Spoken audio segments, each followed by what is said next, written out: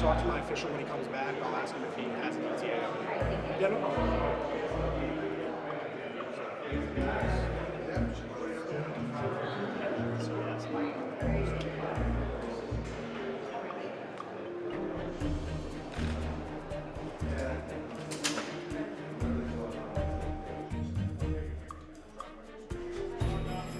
I am very protective of my staff, as I know you are.